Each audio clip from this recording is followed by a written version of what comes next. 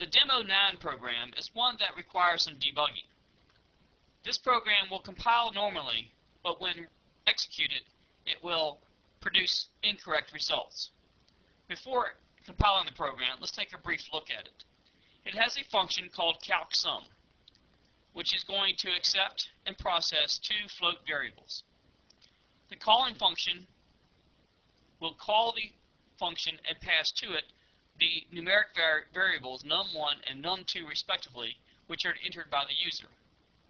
After the calculation takes place, then cout statements will display the two numbers along with the sum.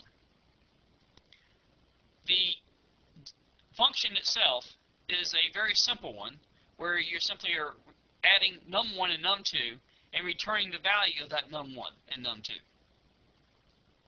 I'll compile this program. By the way, an alternative to clicking on Build and then Build Demo 9 is to use the shortcut toolbar button that you see here. This, of course, is in Microsoft Visual C.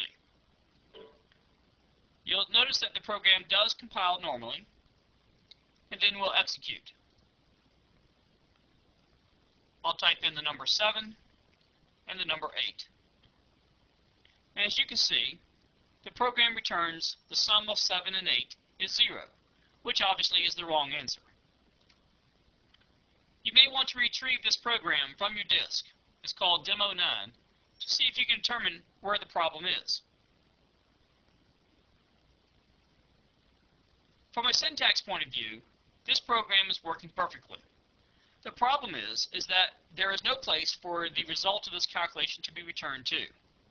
The calling statement is structured correctly, except if we want to display the sum, then we need to tell it that the value of sum is the result of this function.